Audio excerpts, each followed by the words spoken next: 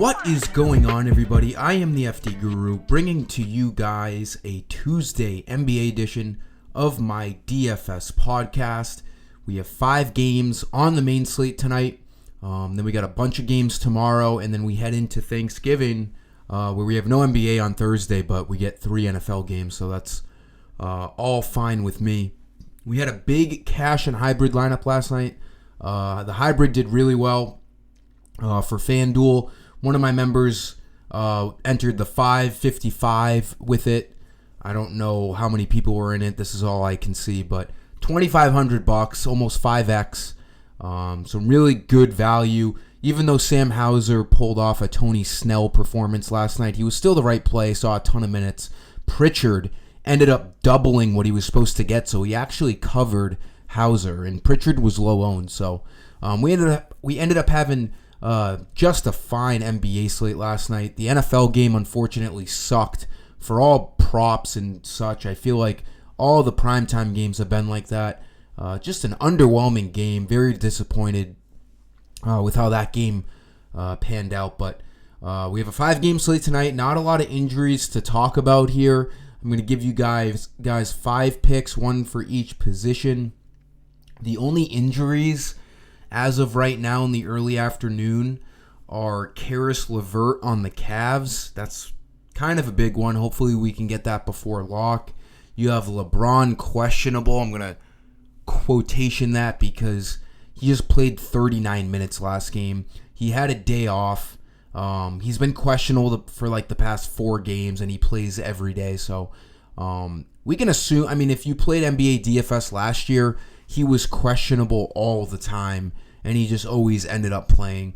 I would be a little bit more worried if it was a back-to-back, but it's not. He had a day off yesterday, so LeBron's going to play. Davis is probable. We still have Mitchell out for the Cavs. Malcolm Brogdon got upgraded to questionable, but you never know with him. Really, the only big news here is Caris LeVert, but we'll have to see what happens later on. Give this video a like. Make sure you are subscribed. We have a 251 over-under game in the Pacers and Hawks, which is insane. I don't think I've ever seen an over-under with 250. We're going to want to get exposure to that game, and that's going to lead us into Trae Young here, 9,200. The game environment is great. We don't have enough value on this slate right now to be spending over 10K on guys like Tyrese Halliburton and Joel Embiid and Kevin Durant. I like Trae Young at 9,200. He's affordable. He needs 46 fantasy points to hit value. He's averaging 44 in the year. This game environment couldn't be any better. He's going to get a bunch of shots up. I think he gets 45 plus tonight without an issue. This game should stay close.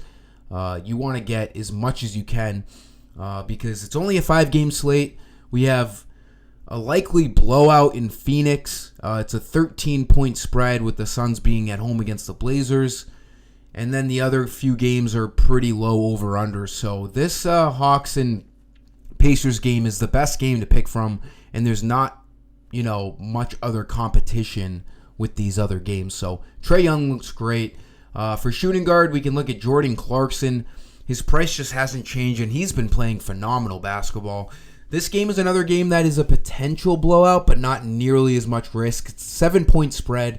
I do think the Jazz stay in this game. The Lakers do not scare me as a team that, can blow out other teams. Clarkson at 7,100 has been phenomenal. He's playing unbelievable minutes. He had a really slow start to the year, but since, the last 5 games, he's been an absolute maniac, scoring over 40 fantasy points in each game. He needs 35 fantasy points to hit value. As you can see, hasn't been an issue the last 5 games. His shooting has been unbelievable, scoring 22 or more points in the last 5 games. His minutes look great. It's a great matchup against the Lakers. D'Angelo Russell is no, Marcus Smart on defense. So Clarkson should have no issue scoring points tonight. He's going to get plenty of shots up. His confidence couldn't be any higher. I like this play at 7,100. For small forward, we can get a little cheap here. We got to find some cheap guys. I think the best cheap guy on this slate as of right now, coming from the Pacers, Bruce Brown. He can just get fantasy points in so many different ways. Steals, blocks, rebounds, threes. Does a little bit of everything. At 5,300, he needs 26 fantasy points. His prize picks projection is 23. I already hammered his 23 over fantasy score on prize picks in my Discord. I think he gets over 23. I think he gets over 25 tonight. He's projected for 27. Again, game script is unbelievable. 251 over under. He's really good at playing with pace. If this game stays close, like it should. He only played 21 minutes against the Magic last game because the Magic steamrolled the Pacers by 30 points. But if the game stays close like it's projected to, he'll play anywhere from 31 to 37 minutes. He just looks like, on paper, the best sub 6K value play on the slate right now. Power forward, let's go to a guy who's been doing pretty well. Jordan Clarkson's teammate, John Collins on the Jazz, only 6,400. We had him everywhere a few slates ago when he was only 5,200 on FanDuel. It was an absolute broken price tag. Since then, he's gone up to 6,400. I am still playing him at this price. He needs 32 fantasy points to hit value. He's done that. Well, he didn't quite do that 4 games ago, but just about. 4 straight games getting over 30 fantasy points. This is a good play. It's a good matchup against the Lakers. He has Anthony Davis on him, but he's going to see a lot of minutes. He's going to play 34 minutes with no Walker Kessler out there. They're going to need him. Let's just hope he stays out of foul trouble. But this game script is good, and let's hope the Jazz can stay in the game. So a little bit of risk with foul trouble, a little bit of risk with a blowout in a 7.5 point spread. But again, we only have 5 games tonight, and we don't have too much to pick from. I like Collins. He can play power forward and center on FanDuel. And then for center, Nurkic. This is a blowout risk, but maybe if you want to put him in a GPP instead of cash, I like this price a lot. If this game stays close, he'll play 30 minutes, 6,600 playing his former team. Him and DeAndre Ayton have swapped teams over the offseason, so it's a revenge game for both centers in this game. Nurkic is more like a $7,500 player. He hasn't been playing that well as of late, but he's averaging 32 fantasy points on the year. That's what he needs tonight to hit value. He has some huge games in there. 52, he got 42 last game. And if this game can stay close and he doesn't get in foul trouble, he's been getting in foul trouble a decent amount this year.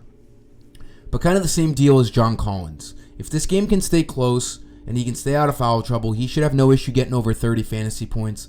There's a little bit more risk in Nurkic, though, because this game is a 13-point spread. There's a good chance the Suns crush the Blazers, but as long as we can keep it within 15 points in the fourth quarter, Nurkic will be out there and he'll be playing minutes. It's a good value play at this price. That'll do it for this video, guys. Let's have a nice night.